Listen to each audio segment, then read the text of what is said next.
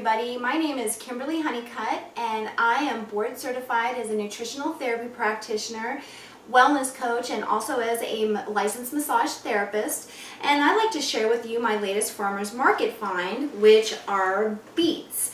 I have a couple of different varieties here. We have the golden beets and the red beets, and I picked these up at Morgan's Grove Market in Shepherdstown, West Virginia, from Stony Ridge Farm.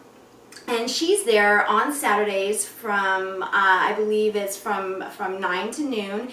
And Stony Ridge Farm is also behind our office on Mondays from 3 to 6. Wow, where to start with beets?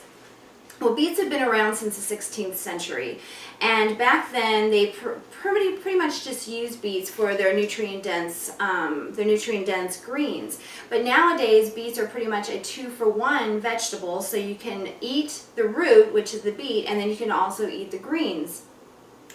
Now, beets have just about 75 calories per 1 cup serving cooked, and just a little bit more than 3 grams of fiber. Now, one of the biggest nutrients found in beets is folate, and most of you would know folate is folic acid. Now, folic acid is extremely important for nervous system health, and for pregnant women, it's really important that you, as a pregnant woman, that you eat a lot of folate-rich foods for the healthy development of your baby. And an interesting thing that I had read about folic acid is in a few studies they showed that folic acid helped reduce homocysteine levels in the blood, and high homocysteine levels are directly related to cardiovascular disease. So eating a diet that's high in folate or folic acid is really helpful for heart health. So another thing that beets are really high in is potassium, and potassium is really important for healthy muscle and nerve tissue. Now let's see, beets, the pigment or the compound that gives beets their beautiful red color is an amazing antioxidant powerhouse. These phytonutrients will help your body fight off free radicals and prevent cellular damage. Now, so how do we use beets? Now, there's a couple of different ways. Like I said, you can use the bulb, the beet, and you can boil it, roast it. You can shred it after you peel it and top salads with it. It's really wonderful that way. And if you go to my website, there is a really wonderful recipe underneath this video for a wonderful arugula salad with fresh beets and goat cheese and some roasted pecans. It's just absolutely fabulous. It's really good. So you can go to my website for that. And another thing that beets are used for, what I use it for is I always keep, this is a jar of fermented beets. I always keep a jar of fermented beets in my refrigerator to help aid in digestion.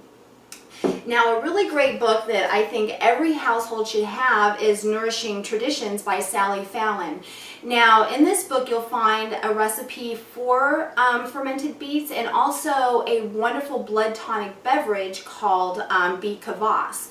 Now, that, like I said, it's just wonderful. They just taste so yummy, and they're just so real, and the recipes are in there, and there's just nothing like drinking a glass of beet kvass. It's like a liquid gold. It's just really wonderful.